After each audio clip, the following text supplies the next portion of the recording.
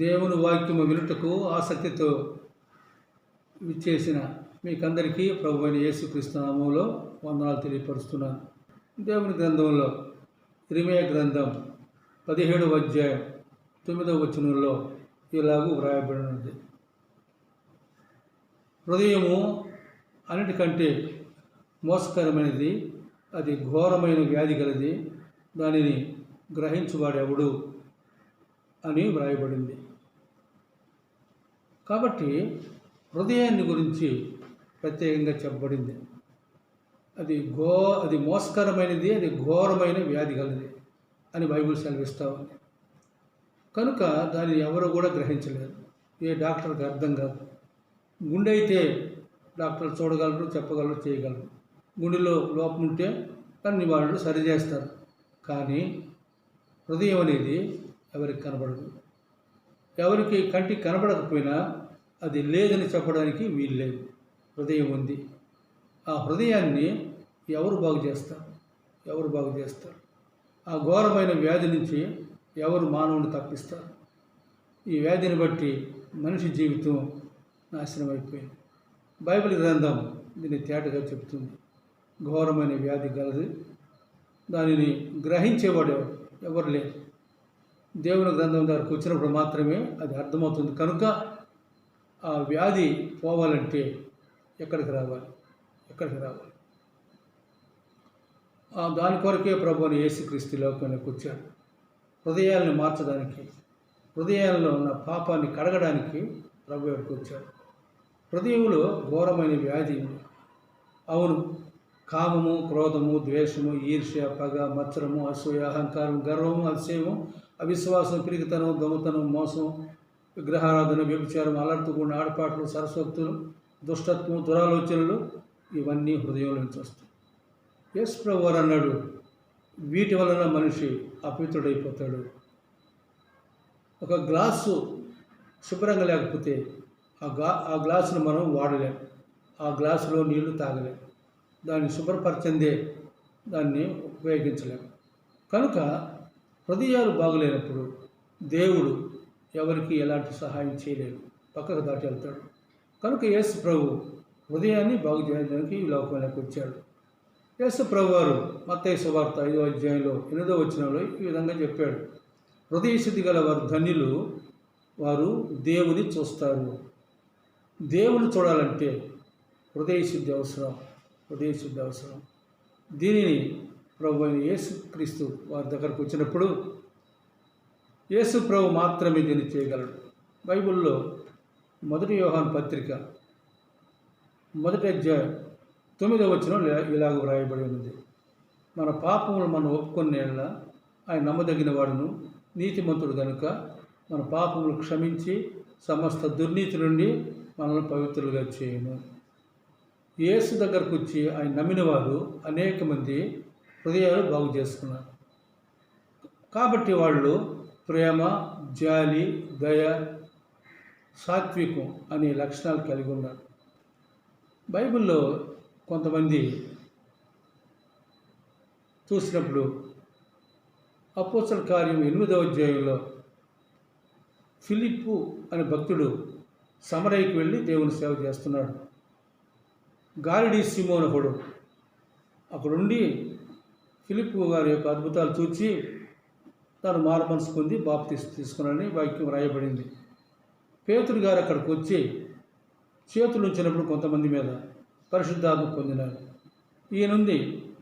ఈ గాలిడి సీమోను వచ్చి డబ్బులు పెట్టి ద్రవ్యం ఇచ్చి, నేను కూడా ఎవరి తలాల మీద నాకు చేయి పెడితే వారు కూడా పరిశుద్ధాత్మను పొందాలి, కనుక అటువంటి వరం నాకు ఇవ్వండి, ఇదిగో ఈ పైకం తీసుకోండి అన్నప్పుడు పేతురు ఒక మాట అన్నాడు, గాలిడి సీమోను, నీ హృదయము దేవుని ఎదుట సరిగా లేదు, దేవుని ఎదుట హృదయం సరిగా లేదు, ఇందులో నీకు పాలు పంపులు లేవు అన్నాడు. హృదయము సరిగా ఉండాలి.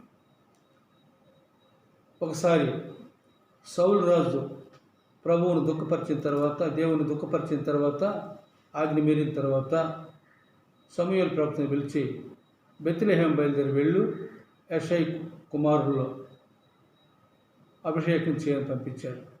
తను అక్కడికి వచ్చినప్పుడు పెద్ద కుమారుడు వచ్చాడు, ఏలియాబు.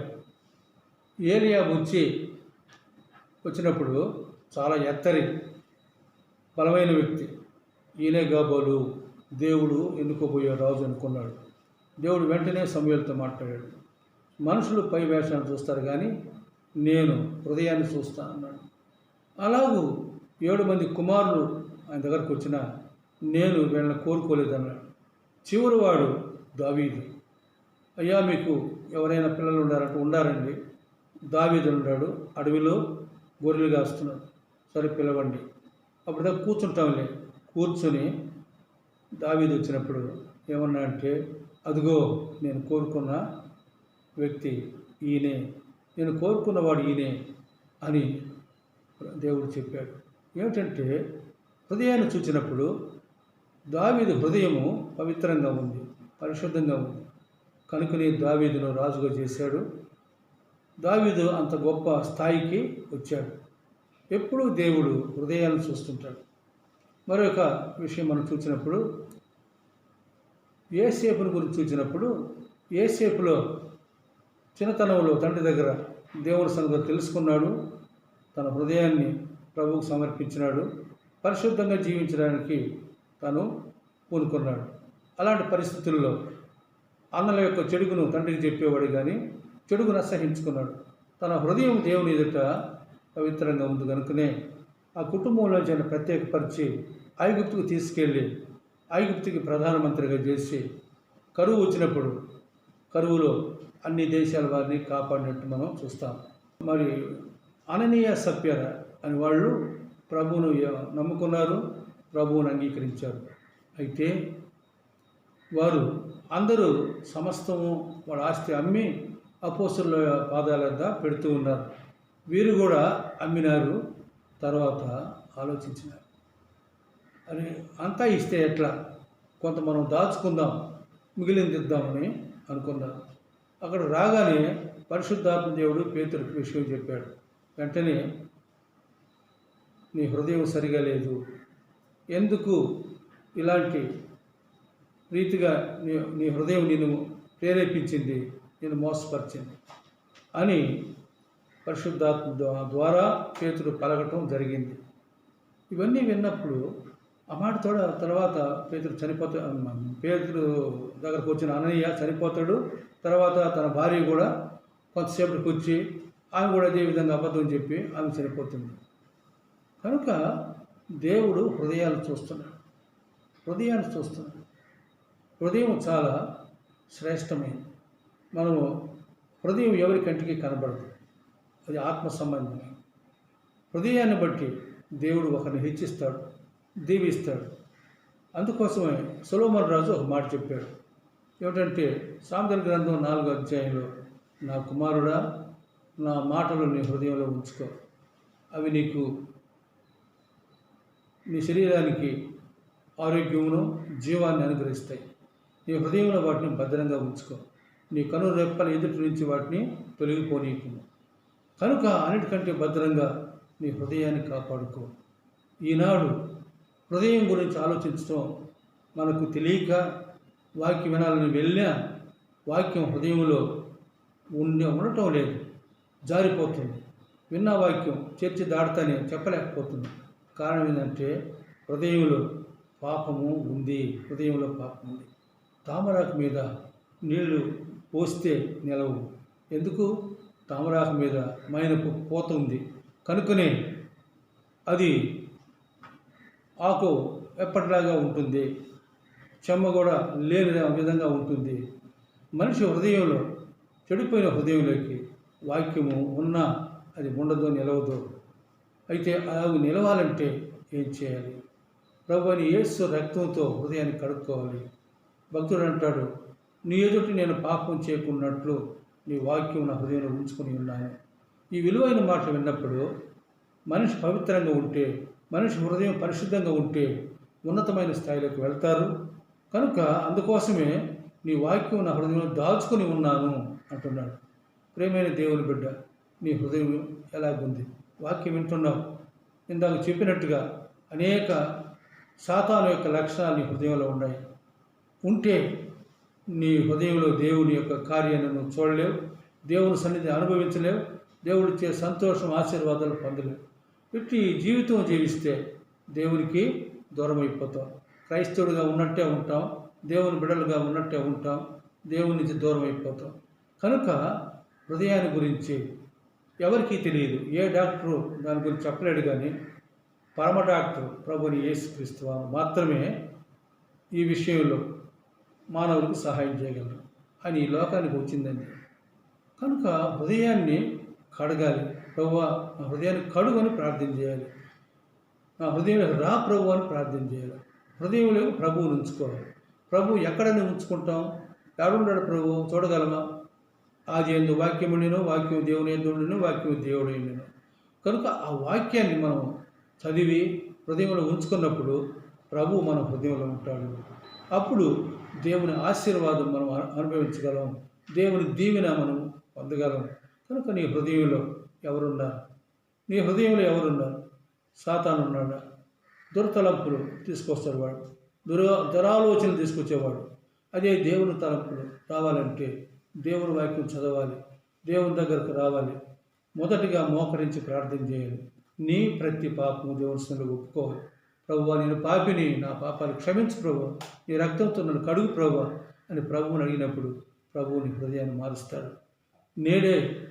నేడే వెంటనే ఆ పని చేయడానికి నువ్వు ముందుకు వచ్చినట్టయితే ప్రభువుని దీవిస్తాడు. ఈ వాక్యం వింటున్న నీవు అలక్ష్యం చేయక హృదయాన్ని శుభ్రపరచుకో. శరీరాన్ని మాత్రము శుభ్రపరచుకుంటాం, కానీ హృదయం శుభ్రపరచుకోవాలంటే నువ్వు ఒక్కడివే ఏకాంతంగా ఒంటరిగా ప్రార్థన చేయాలి. ప్రభు అన్నాడు, నువ్వు ప్రార్థన చేసినప్పుడు నీ గదిలోనికి వెళ్ళి నీ తలుపు వేసుకొని ప్రార్థన చేయన్నాడు. అప్పుడు రహస్యమని చూచు నీ తండ్రి నీకు ప్రతిఫలం ఇస్తాను. రహస్యంలోకి ఎందుకు వెళ్ళాలి? హృదయం విప్పుతావు. తలుపులు ముయ్యాలా? నీ గది తలుపులు ముయ్యాలా? లోపలికి వెళ్ళి నీ హృదయం తలుపులు తెరవాలి. యథార్థంగా ప్రార్థించాలి. నీ ప్రతి బలహీనత, ప్రతి దోషం, ప్రతి పాపం దేవుని సన్నిధిలో ఒప్పుకున్నప్పుడు ఆయన నిన్ను ప్రేమతో దర్శించి ఆయన ప్రశస్త రక్తంతో నిన్ను కడిగి తన ఆత్మను నీ హృదయంలో, నా హృదయంలో ఉంచి నిన్ను నన్ను దీవిస్తాడు. కనుక ఇంత ప్రేమ కలిగిన దేవుడు నీకు దగ్గరగా ఉన్నాడు.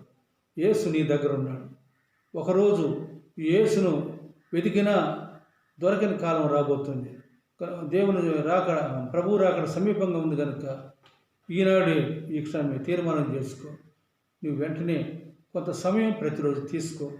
ఏకాంతంగా వెళ్ళి నీ హృదయం విప్పి ప్రార్థన చేయి. ప్రభుని దర్శిస్తాడు, ప్రభుని దీవిస్తాడు. దేవుని యొక్క ఆశీర్వాదాలను అనుభవిస్తావు. నీవే కాదు, నీ వల్ల అనేకులు మేలు పొందుతారు. ఇట్టి కృప విన్న శ్రోతలందరికీ ప్రభు దయచేయునుగాక. ఆమేన్. అపరాధిని యేసయ్యా కృప చూపి బ్రోవుమయ్యా. అపరాధిని యేసయ్యా కృప చూపి బ్రోవుమయ్యా. నిపమించకయే నీ కృపలో అపరాధములను క్షమించు. నిపమించకయే నీ కృపలో అపరాధములను క్షమించు. అపరాధిని యేసయ్యా కృప చూపి బ్రోవుమయ్యా. Thank you for watching. Please like, share and subscribe for more messages. ఈ ప్రోగ్రామ్ని వీక్షించిన ప్రతి ఒక్కరికి కృతజ్ఞతలు. మరిన్ని మెసేజ్ల కోసం లైక్ చేయండి, షేర్ చేయండి, సబ్స్క్రైబ్ చేయండి. బెల్ ఐకాన్ కొట్టడం మాత్రం మర్చిపోవద్దు. May God bless you all.